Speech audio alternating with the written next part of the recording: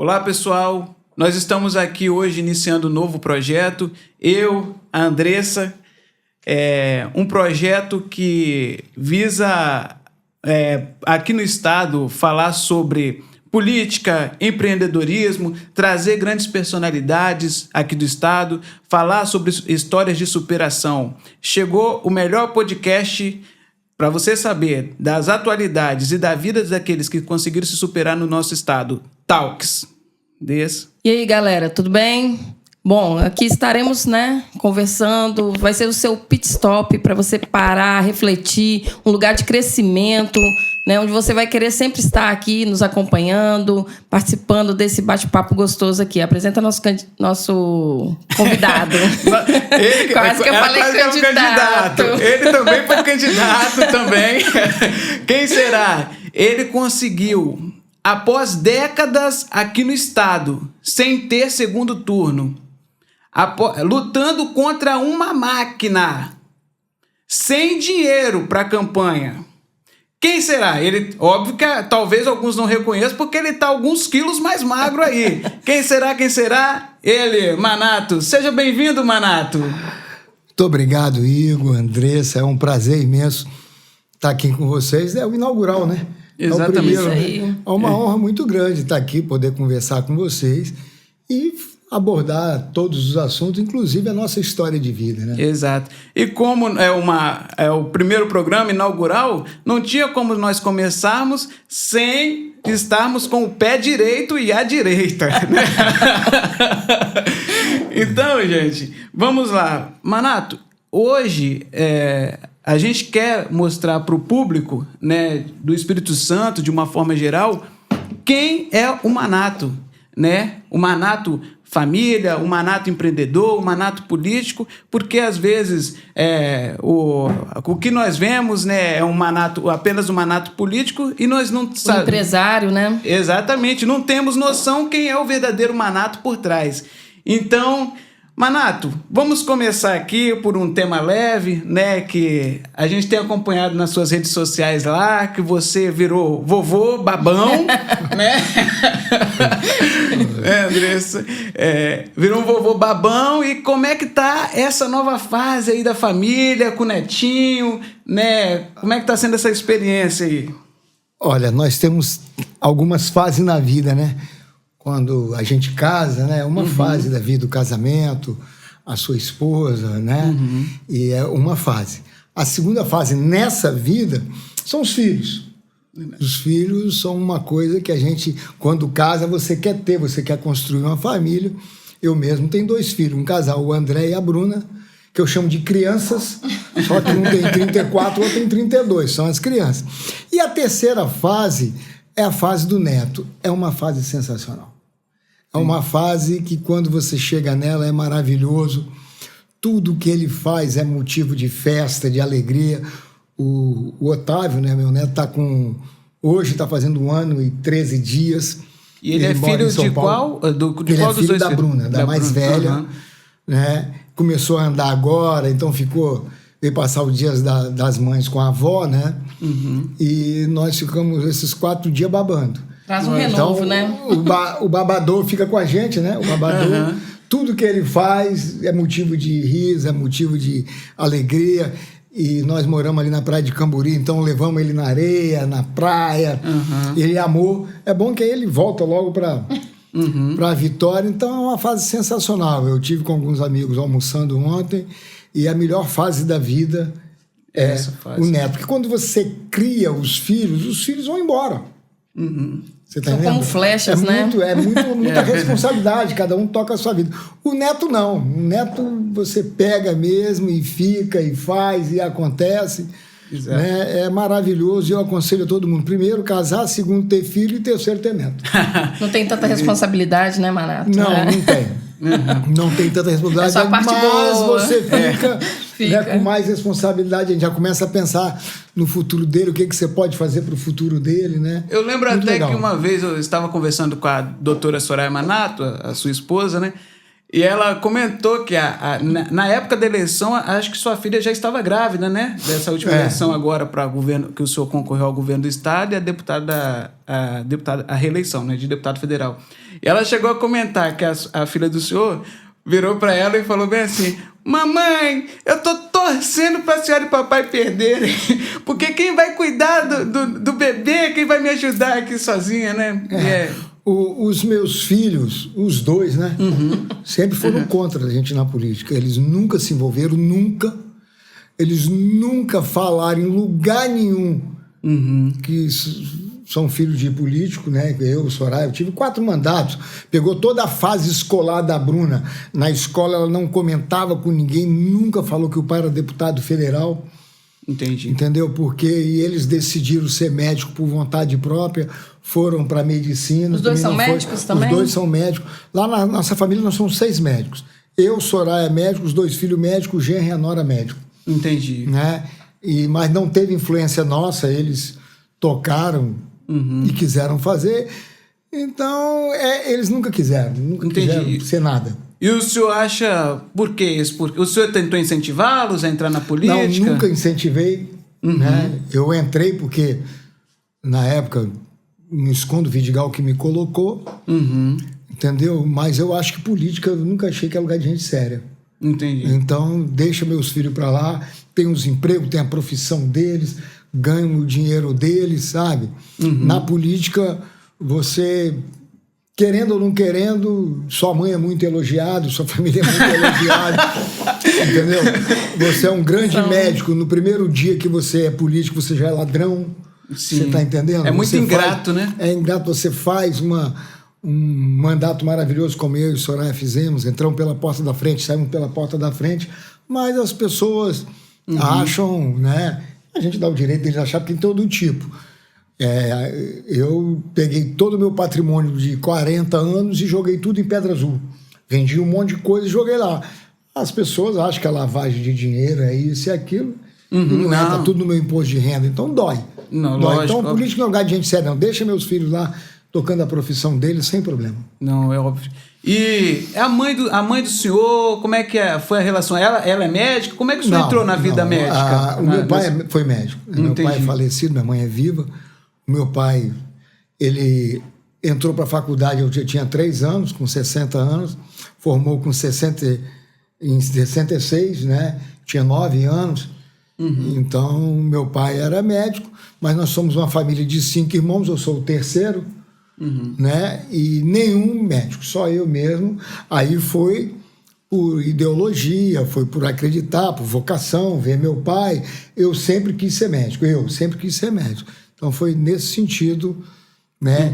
Influenciado por ver meu pai trabalhando, não que ele falava que eu tinha que ser médico. Contanto que nós somos em 5, só eu que sou médico. Entendi. Manato, você falou aí que formou em medicina, né, por influência do pai. A gente gostaria de saber, porque eu li que o senhor estudou em escola pública, né? E nós provavelmente teremos muitos jovens nos assistindo. Então, assim, como que foi? E o senhor considera que foi mais difícil a jornada para conseguir entrar na medicina? O meu pai, eu nasci em 57, eu nasci em Alegre, né? Tenho o maior orgulho, né? Na região do Caparaó. Meu pai era bancário, né? Ele era do Banco do Brasil.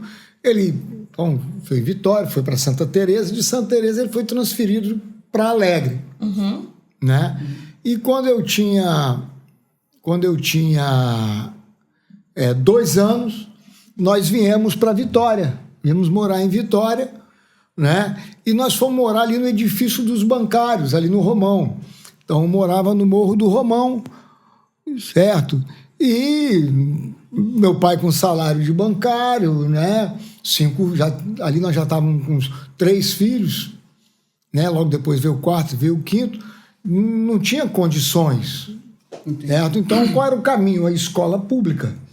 E eu fui estudar no Padre Anchieta, né? Que era embaixo, ali em Jucutuquara, né? Sim. Perto da Juta ali, tinha o Padre Anchieta antigo. Depois formou uma grande escola, o Padre Anchieta, mas ele era coisa. Então, eu descia a pedra da Juta e chegava no colégio. Então, eu estudei escola pública até o 4º ano. maior orgulho, né? Na época, quando tinha uma merendazinha, era festa, né? Era festa. Entendeu? Merenda era a coisa mais difícil. E minha mãe chegava e falava assim, você quer doce ou salgado hoje? Ah, eu quero doce. Era pão com açúcar. Eu quero salgado, era pão com manteiga. Aí levava a merendazinha. Bem variado, né? Isso aí. Que tinha opção. E depois eu fiz, naquela época, você poderia, do 4º ano, fazer uma prova de admissão e passar para a 5ª série logo. Aí eu fiz a prova, passei e fui estudar no Salesiano. Aí que eu passei. Então, na 5ª série que eu comecei na escola particular. Mas do primeiro, todos nós fomos para a escola pública, né? Porque depois...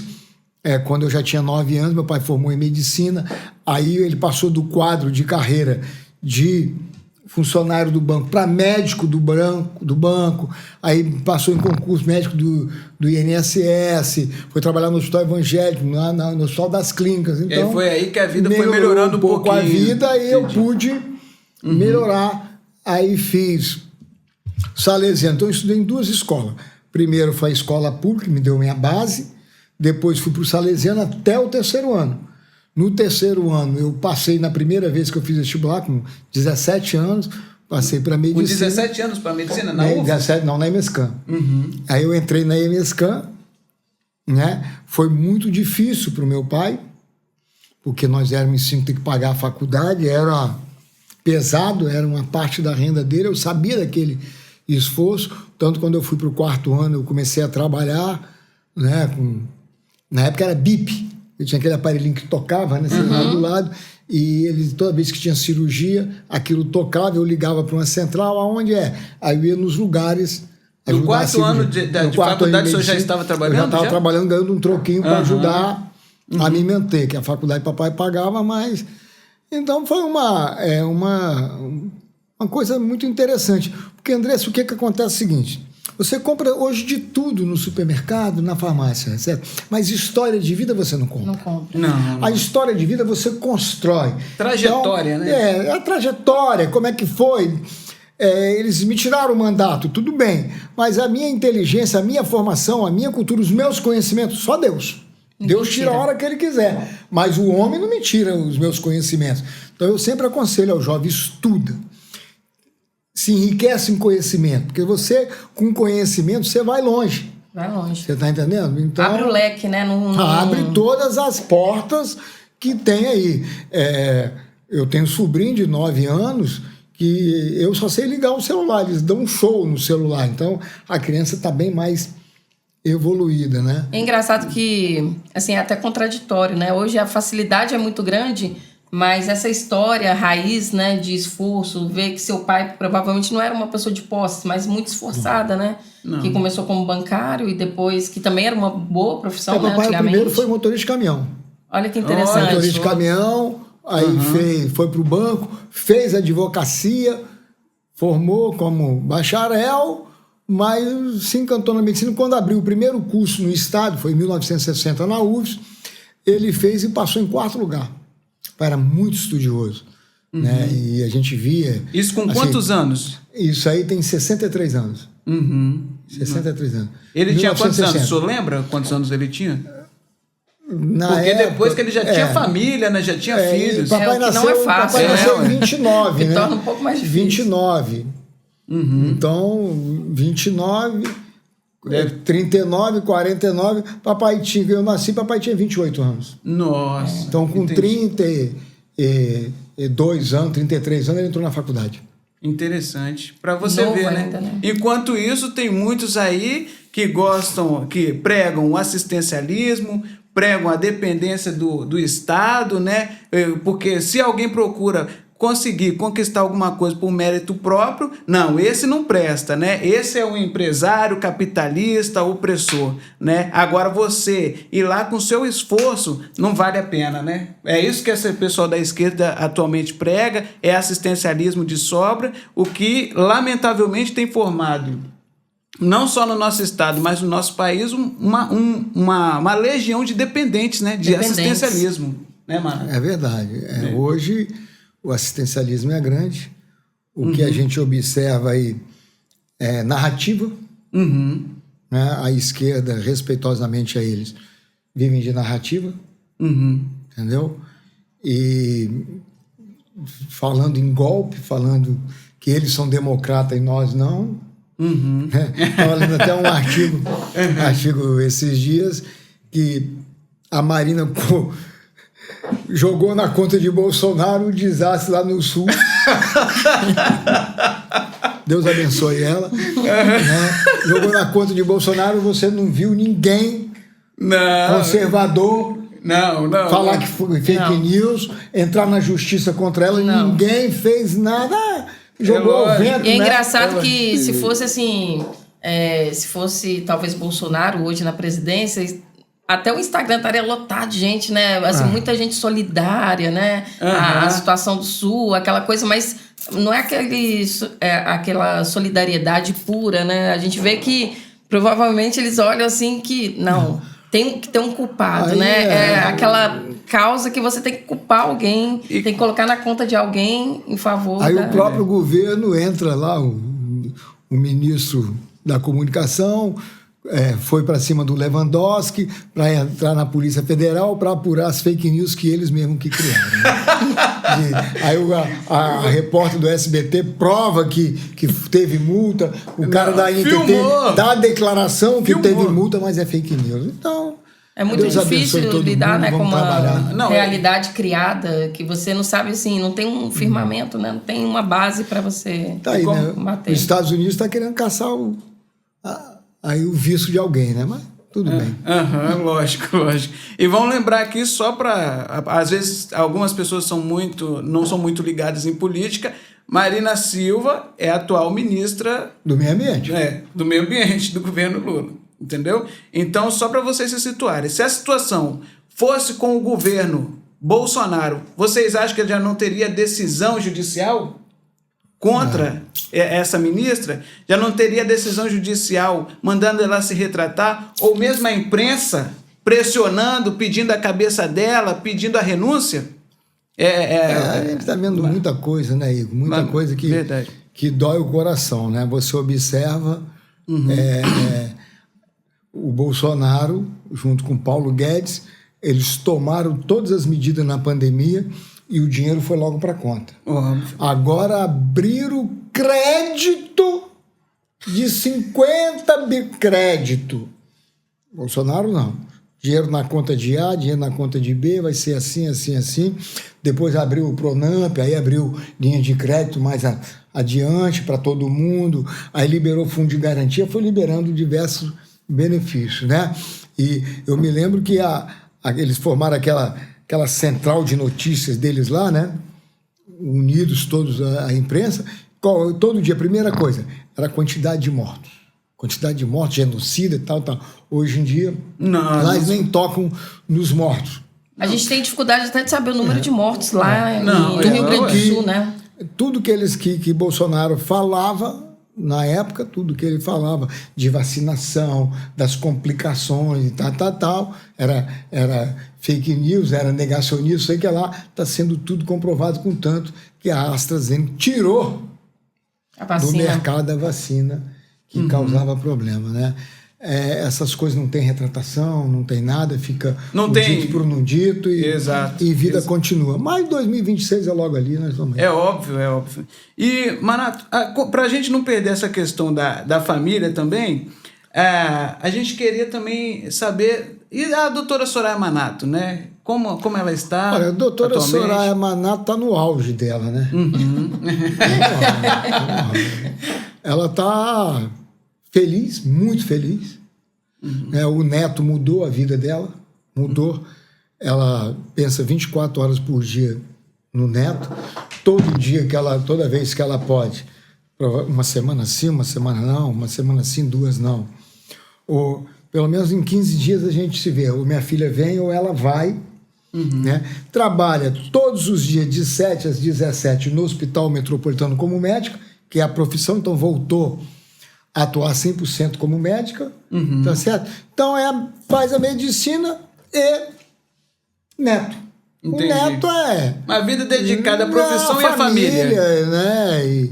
É bela, recatada e do lar. Então, se depender dela, só que não depende só dela, né?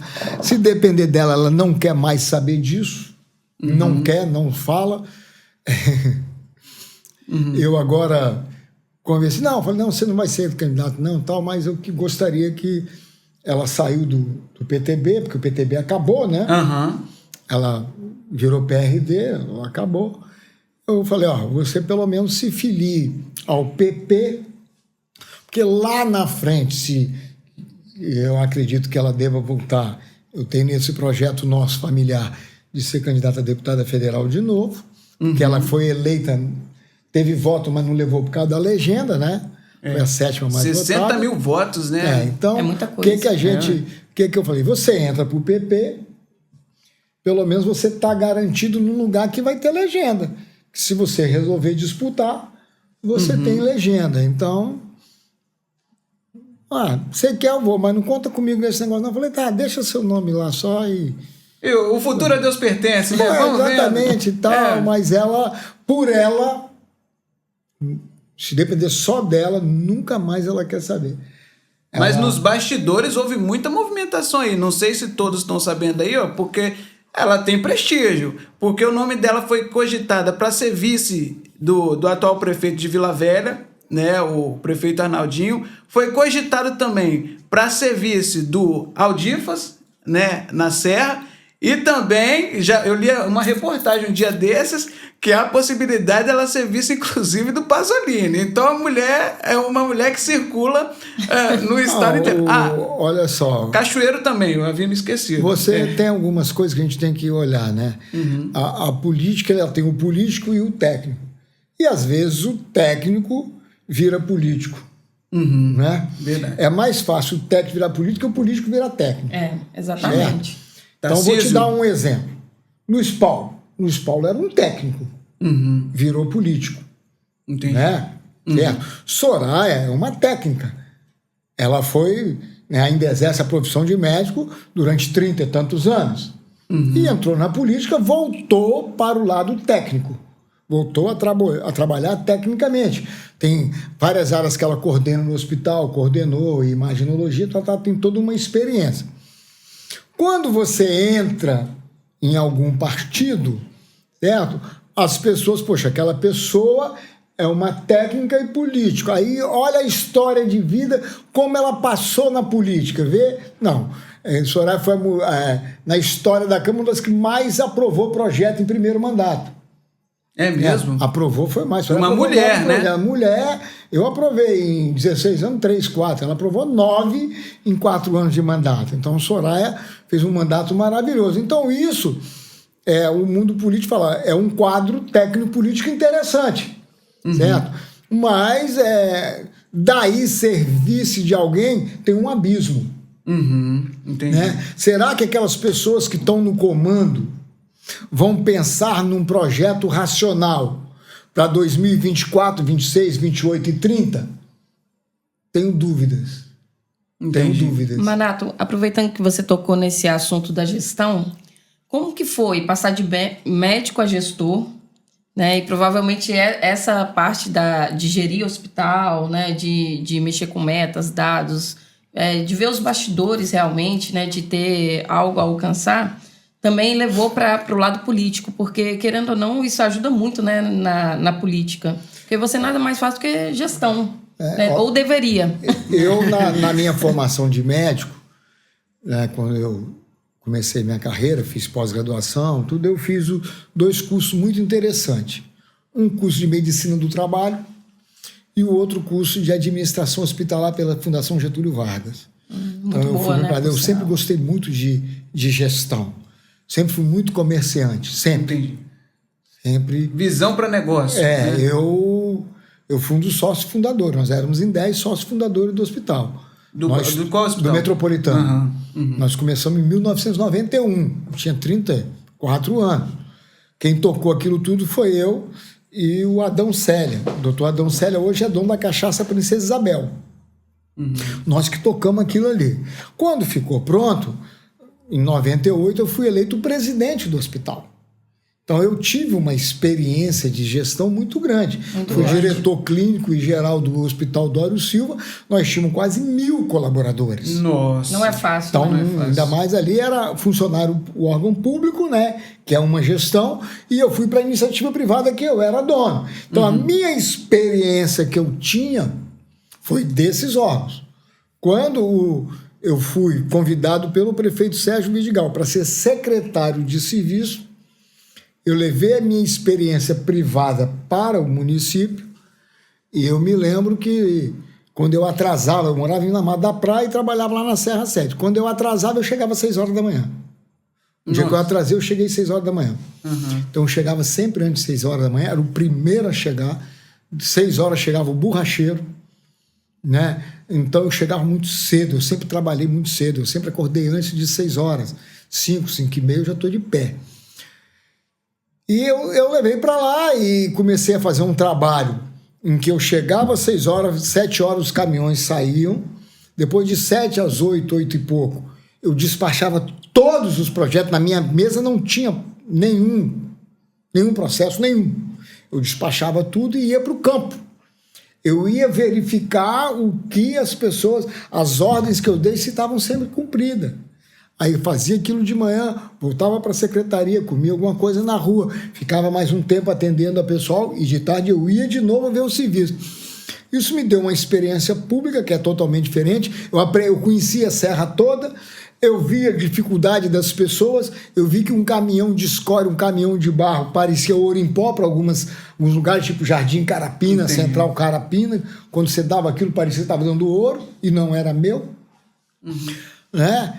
E, então, essa experiência fez com que eu fui convidado para ser deputado. Eu queria ser estadual, que achava que ia ser. Aos 49, o prefeito me botou para federal, uma história longa, fica para outra vez. Né? E ali começou. Então, houve essa parceria. Eu misturei a gestão da iniciativa privada com a experiência que eu tive no público e levei para lá. Né? E fiz um mandato diferenciado. Inclusive, eu não sei se é verdade, mano. Você vai conseguir confirmar pra gente, mas eu ouvi de gente lá na Serra que já viu o Manato em cima do trator fazendo limpeza lá, trabalhando lá na Serra. Eu chegava cedo, eu subia na máquina, eu olhava, eu via os caras fazerem, o caminhão eu dirigia. Consegue transitar bem entre o operacional, né? Eu sempre mete a mão na massa, eu acredito que eu marquei história. O administrativo, eu particularmente nunca vi um secretário de estado ou de município botar a mão na massa e dirigir um trator. Essa é a primeira vez que eu fiquei sabendo. Uma vez que eu fui à Serra. Eu me lembro que ele me chamou numa sexta-feira, segunda-feira eu comecei, aí eu fui segunda, terça, quarta, aí eu trabalhava de roupa de linho, eu trabalhava de manga comprida, eu trabalhava de gravata, aí eu fui no primeiro dia assim, no segundo eu tirei a gravata, no terceiro dia eu encontrei com o Israel, secretário de obras, falei, Israel, estou me sentindo mal com isso aqui, ele falou, rapaz, vai na loja, compra calça jeans, bota... E acabou. Eu fui e comprei uma botazinha, uma calça jeans, camisa. Né? O uniforme mudou. No quarto dia eu já estava com esse novo uniforme. Cubano. E acabou, né? Então, quer dizer, eu me deparei da realidade e fui embora. Trabalhava direto, todo dia até 8, 9 horas da noite. Sábado, domingo, mutirão, inventei mutirões. Foi uma experiência maravilhosa. E a partir da sua experiência como secretário, que você ingressou para concorrer a deputado federal. Foi. Né? A partir dali, né, teve uma oportunidade, começaram a botar na minha cabeça que eu tinha que ser deputado estadual, aqueles aliados, e eu falei, olha, eu sou leal ao prefeito, eu faço o que ele mandar. Se ele mandar o seu, se ele falar que não, esquece. Não, mas nós vamos trabalhar. Eu falei, problema de vocês. Eu sou leal a ele. Aí nós sentamos um grupinho, aquele que queria mais, falou, ó, vamos começar a trabalhar as lideranças com a seguinte ótica, vamos formar um grupo. E esse grupo, o candidato é quem o prefeito indicar. Na cúpulazinha era eu, mas para todo mundo, né? Não, estamos fazendo o grupo, e esse grupo daqui, nós vamos pegar o que o prefeito indicar, e esse grupo vai todo mundo com quem o prefeito indicar. Porque tinha 2 vacâncias, tinha vacância para ser deputado estadual e federal e tinha vacância para ser sucessor. Entendi. Entendeu? Então, aí eu comecei a trabalhar. Um determinado momento, chegou em março, né? Eu entrei para despachar com ele. Ele sempre despachou com... Eu sempre tinha muita gente dentro da sala dele. Era muito difícil você falar com ele sozinho, né? Era acessível, né? Ele sempre teve esse negócio aqui, tinha uns momentos sozinho, mas sempre com um monte de gente. Aí, eu com as pastinhas embaixo do braço, com os 4, 5 processos que precisava da autorização dele. Aí cheguei na secretária e falei, tá todo mundo lá, você pode entrar. Era assim mesmo, você entra na hora que desce. As conversas eram abertas, não tinha, né? Era secretário, era uma liderança, você tal. Era... Quando eu peguei com o pastinho, mas que eu entrei na porta, ele olhou assim e falou, tá entrando ali meu candidato a deputado federal. Eu olhei para um lado, olhei para outro. Só tinha... Quem eu? Você falou, mas o meu candidato a deputado federal é a sua esposa. Porque lá todo mundo falava que era candidato a deputado federal. Sueli Vidigal, né? É sua esposa. Eu faço o que você mandar, mas...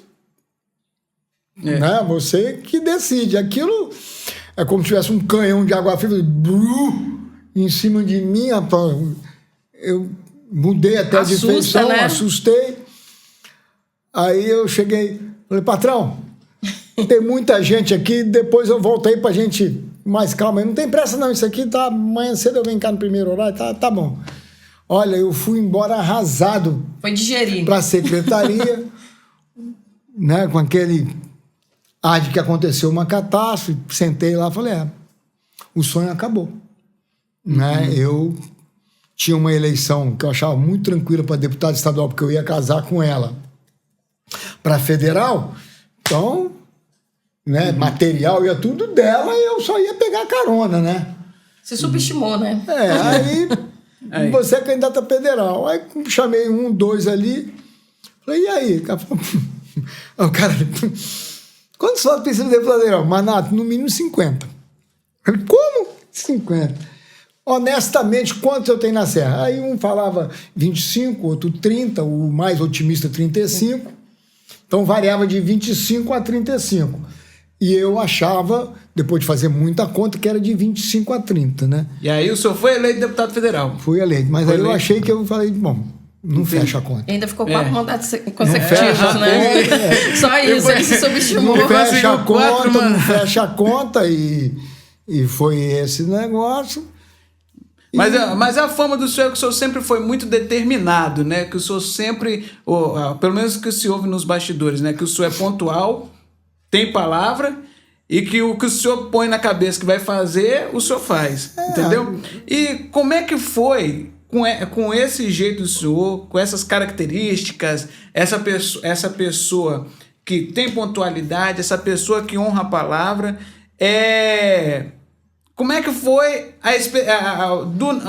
como fala, uma reeleição certa para deputado federal lá em 2018, abriu mão para vir candidato a governo do estado em 2018 e agora em 2022 foi para o segundo turno numa eleição histórica, porque há décadas, aqui no Espírito Santo, não havia eleição de segundo turno, sempre houve uma polarização entre um lado e o outro, né?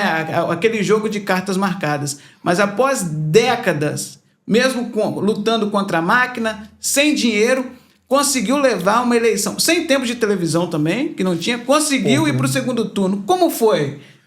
Isso? Olha só, Igor, tem algumas coisas na vida da gente que a gente tem que lembrar, né? Eu estava no 4º mandato, e nesse 4º mandato eu fiz uma amizade muito grande com o Jair Bolsonaro. Jair Bolsonaro, quando voltou em 2014, ele sentava na minha frente, ele era do PP, eu era do PDT, era atrás dele, né? E ele chegou, ele falou, eu não sou mais candidato a deputado federal. Ele tinha sido mais votado, quase 500 mil votos no Rio, e eu sou candidato a presidente da República. Falou com o senhor? Falou ali para um grupinho, 3, 4 ali, falou comigo e tal. Falou aquilo. Né? Passou uns dias e eu comecei a falar, vou observar esse cara. Comecei a olhar as posições dele. né? Contra o aborto, contra as drogas, contra a pedofilia. Era um cara que cortava reto, era um cara que não usava fundo partidário, era um cara que devolveu o dinheiro que recebeu, né? E sempre muito militar, aquele, né? Às vezes... E eu fui presidir muita sessão, você sabe disso, na história perdi mais sessão, não faltava. E eu comecei a dar muita palavra para ele falar. Eu dava muita palavra para o Jair, que eu gostava de ouvir ele fazendo a diferença. Um belo dia, eu falei assim, ô, Bolsonaro, se você continuar com essas ideias, eu sou o primeiro a ficar com você. Só tinha ele e Eduardo. Fui o primeiro. Ele, Eduardo e eu, falei, eu tô com você. Tá, tô com você. Tô com você. Só para pontuar, até então ele nem pontuava nas pesquisas. Né? Não, ele tinha 4%. E nem tinha tanta aquela polarização, né, como tem hoje. Aí ele tinha 4%, aí veio o Éder Mauro, aí veio o Fraga, começaram a vir professor Vitório Galli, Francisquini, né, uns 9, 10 ali. Aí ele pegou e começou a projetar ir para os estados. O primeiro lugar que ele foi lá no Pará com o Éder Mauro. Quando ele voltou, eu falei, vamos no Espírito Santo? Vamos embora. Foi lá, 31 de março, tá, né, eu vou, mas quase 5%. Vamos embora para o Espírito Santo. Aí ele veio, ficou hospedado na minha casa, que eu cozinhava, ele gostava da minha comida, gostava muito de camarão. Aí fizemos aquele barulho em Vitória, a Rede Gazeta não quis receber ele, levei ele na tribuna, levei no Serra Grande, fizemos alguns eventos, ele gostou muito. E algumas pessoas, minha irmã mesmo, crítica, falou, você perdeu o seu mandato. Você fez um mandato maravilhoso, você com esse cara, com essas ideias que ele tem aí, esquece. Não, vou morrer junto com ele, mas o que ele pensa é o que eu penso. Então fui o primeiro.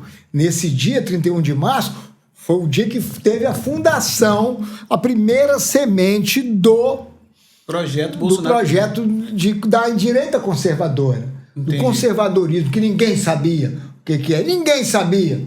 Não, onde as pessoas falava sobre nada, isso? Nada. Eu não sabia, ninguém nem sabia o que era. Era, né, aqui no coisa era ser Paulo Artung, era ser Casa Grande, aí tinha um grupo de Vidigal, tinha o grupo do Magno ali, eram esses grupos. Você tinha que estar num grupo, você não sabia se era de esquerda, não sabia nada disso. Ninguém sabia. Não vem querer quem lá atrás, não. Esquece que ninguém sabia de nada. Aí começamos a defender isso aí. E começamos a trabalhar, começou a chegar mais deputado, ele começou a colocar, Bolsonaro, está na hora da gente voltar no Espírito Santo, já tem 1 ano e 6 meses. Em novembro de 2017 ele voltou aqui, a segunda vez. Aí ele já tinha 11%, 12%. Aí o que as pessoas... Esse Manato, se fizer uma chapinha legal, ele ganha para deputado federal, ele ganha a reeleição dele. Sim. Essa era a conversa. Entendeu? Sim. Essa era a conversa. Aí, porra, legal. Tudo, né? Aí ele veio, aí já veio mais gente, já começou a aparecer o nome Bolsonaro, tá certo? Ficou de novo lá em casa. Aí nós já fizemos um evento no Álvares, papá, aí ele me chamou, falou, olha, na vinda, ele falou, eu quero 1 hora de intervalo entre um evento e outro. Falei, lógico, né? Na minha cabeça, ele quer descansar, né? Lógico. Né? Idiota eu. Pensei isso. Falei, presidente, tá, 1 hora, qual a programação? Não, é para bater fotografia. Se encantou pelo Espírito Santo. Não, é porque é o seguinte, falou, todo mundo que bate uma foto vai divulgar nas suas redes sociais. Eu preciso disso. Aí eu passei daquele cara que ia nos lugares e queria ir embora logo e papapá.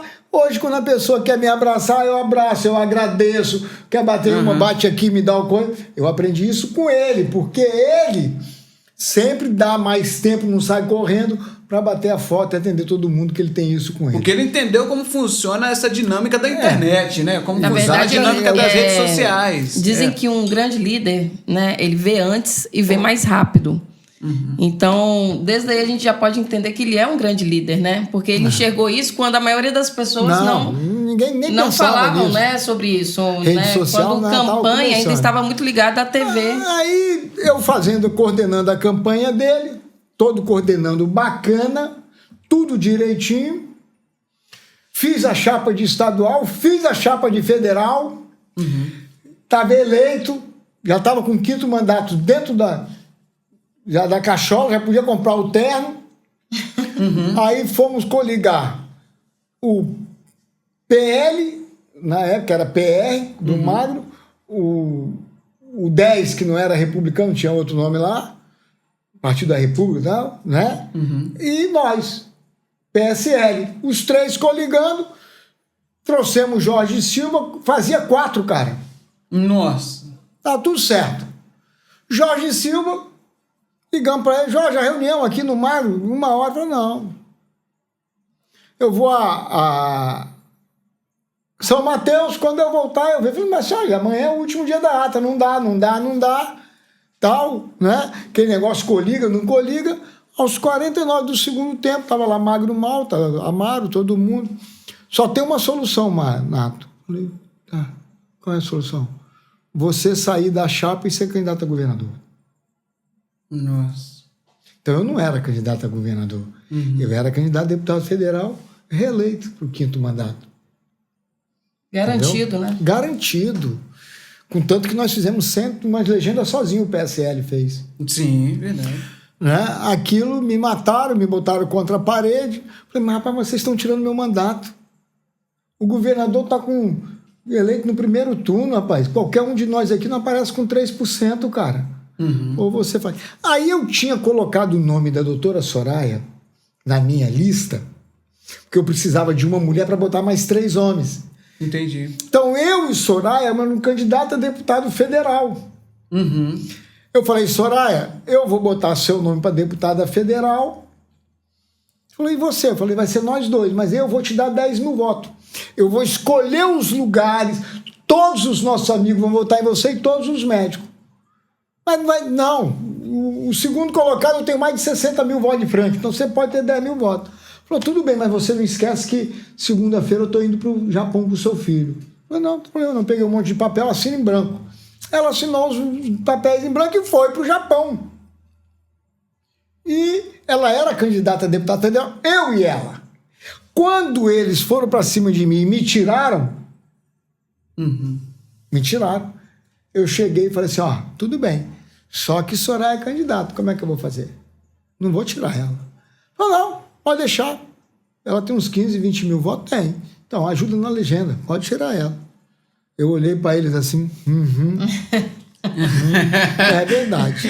Aí conseguiu eleger a deputada. Aí eu fui para cima, minha campanha. Inclusive por uma sugestão, pelo menos a doutora havia falado comigo, que uma vez Bolsonaro estava lá na casa de vocês, né? E ele sugeriu, Soraya, por que você não vem candidata? Teve isso mesmo? Teve. Ele queria, mas o candidato na época ele falava era mais de deputado estadual, alguma coisa assim, né? Entendi. Então isso aí foi uma história que às vezes as pessoas não sabem. Eu não quis São os ser bastidores. candidato. E o Bolsonaro é aquilo mesmo, nos bastidores? Até mais.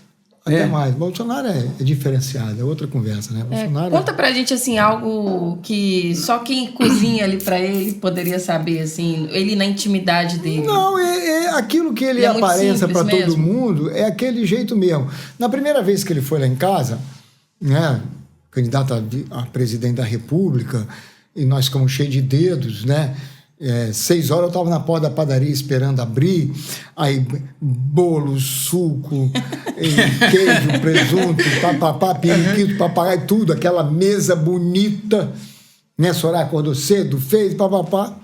Ele levantava 4h30, 5 horas, aí foi lá para fora, já estava o café pronto. Ele chegou, né? Entrou na cozinha, tinha um balcão na cozinha.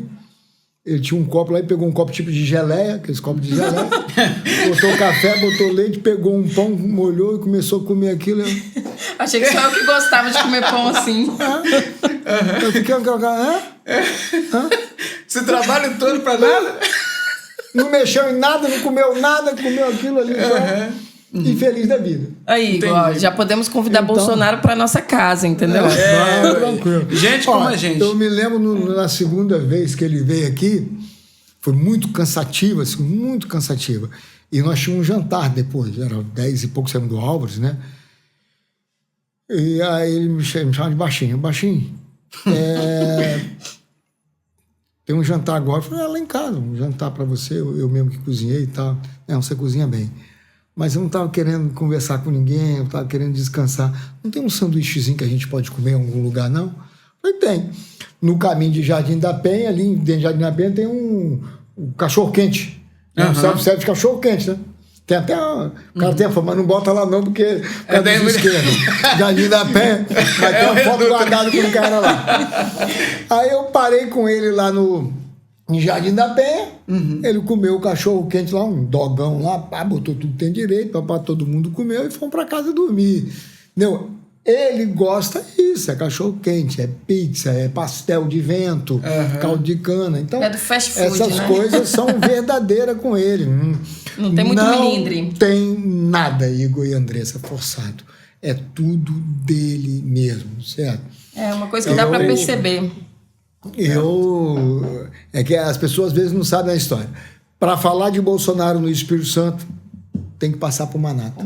Entendi. Agora todo mundo é eleito com Bolsonaro, eu sou candidato de Bolsonaro. E o que o senhor pensa? Tem até que querem me tirar. O que o senhor pensa dessas próximas eleições municipais? O senhor acha que muita gente vai pegar, vai surfar nessa onda ainda? Ah, vai. Eu tenho um vídeo de Bolsonaro, tá salvo aqui no celular, que ele foi claro. Falou, não pense no palanque, ele falou, num carrinho lá num trielétrico. Não vão vocês achar que o melhor candidato sempre é do PL. Nós podemos ter candidato em outros partidos aliados que são melhor do que os nossos. Está gravado aqui, ó. Para aqueles que acham, porque são, né? Você está entendendo? Sim. Negativo. Nós temos candidatos né, que estão em outros partidos que são pessoas do bem. Né? E ele fala muito em aliados e ter. A gente está vendo um pouco diferente no Estado, mas a gente respeita, né? Quem comanda sabe o que faz, a gente tem que respeitar quem comanda. Mas o PL, ele acha que tem que se aliar às pessoas, tem que conversar, ter o diálogo, ver quem está na posição melhor, não achar só eu que sou conservador, só eu que sou direito, não existe isso não. Não existe não, nós temos pessoas nos outros partidos, Tarcísio, para mim, indiscutível, é o melhor técnico político do Brasil. O Tarcísio, que eu convivi com o Tarcísio, ele foi a maior nota da história do IME. Ele é muito inteligente, né? A maior nota da história do ITA foi de Tarcísio. Tarcísio passou em 8 concursos, todos em primeiro lugar. Então, o Tarcísio está no republicano, e agora? Né? Nós temos aí quem está fazendo um grande trabalho com 81% de aprovação, Ratinho Júnior. Verdade. Nós temos Caiado com 70%.